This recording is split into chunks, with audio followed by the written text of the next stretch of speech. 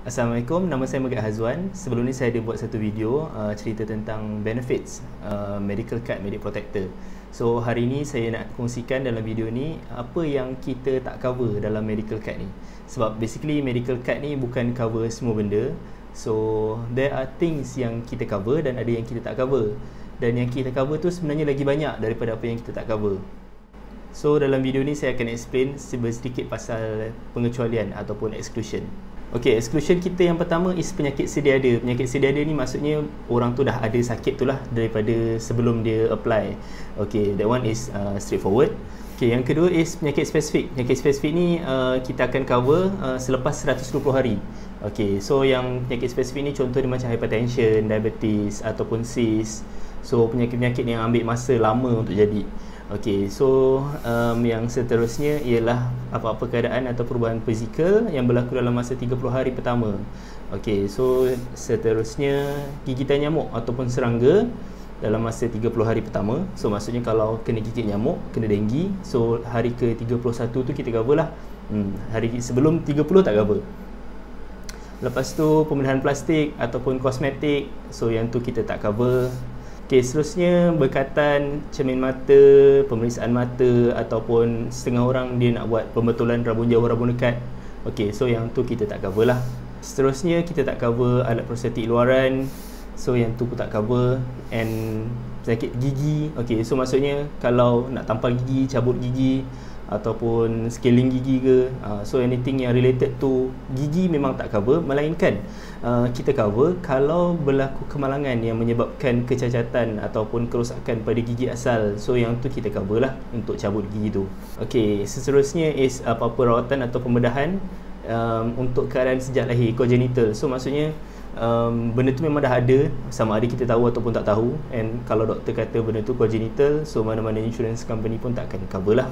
Seterusnya anything related dengan mengandung ataupun bersalin ataupun komplikasi kehamilan, so yang tu it is not covered, melainkan ada some maternity complication yang kita cover. So yang tu nanti saya akan explain kemudian. And kalau kita tengok pun maternity complication ni bukan semua plan. Kalau boleh tengok video saya sebelum ni pasal jadual manfaat, so ada plan 300 dengan plan 400 saja yang cover maternity complication ni lah.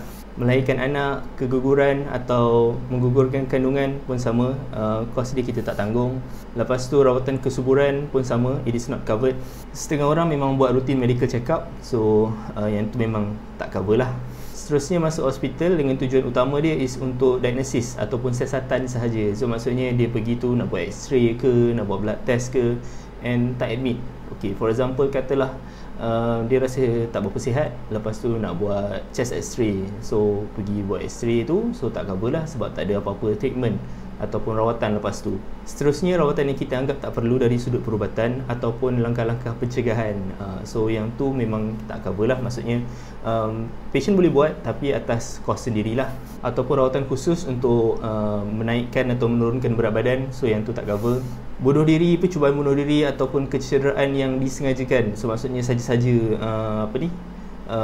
lukakan ke, patahkan ke, so yang tu memang tak cover. Dan juga anything related dengan peperangan ataupun permusuhan musuh, so yang tu memang insurance company tak cover lah.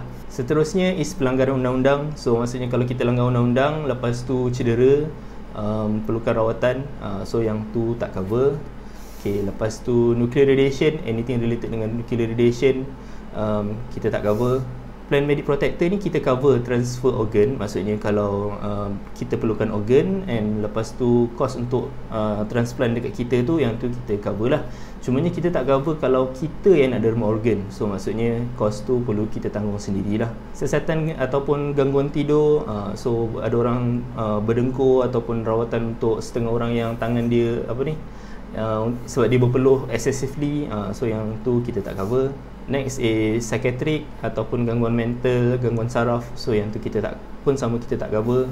Okey, yang ni is a bit common, perkhidmatan yang tak berkaitan dengan perubatan. Contoh macam televisyen, telefon, ataupun internet, bil elektrik, okey, ataupun kit masuk hospital. Okey, so kadang-kadang bila kita masuk hospital tu, hospital ada bagi kita kit, dalam tu ada ubat gigi lah, ada ada sabun ke, ada apa ke. Okay, so yang tu kalau hospital bagi secara percuma, so you memang boleh pakai lah. And tapi kalau benda tu di charge di dalam bil, so yang tu insurance company ataupun pihak takaful tak cover. Sakit atau kecederaan yang disebabkan oleh perlumbaan, sama ada lumba kereta ke, lumba apa ke, kecuali lumba jalan kaki lah. Okay, so yang tu kita cover. Ataupun aktiviti sukan berbahaya. Okay, sukan berbahaya ni contoh dia macam bungee jumping, hot air balloon, lepas tu terjun udara, scuba diving. Okay, so this one is not covered, melainkan kita inform company lebih awal and dia bersetuju untuk cover benda tu. Tapi secara umumnya kalau kita tak maklum apa-apa, so benda tu memang tak cover lah. Okay, yang ni tukar jantina. Okay, so tukar jantina ni memang tak cover lah. Okay, so kalau teringin nak tukar tu atas kos sendiri, tapi saya nasihatkan tak tukar lah.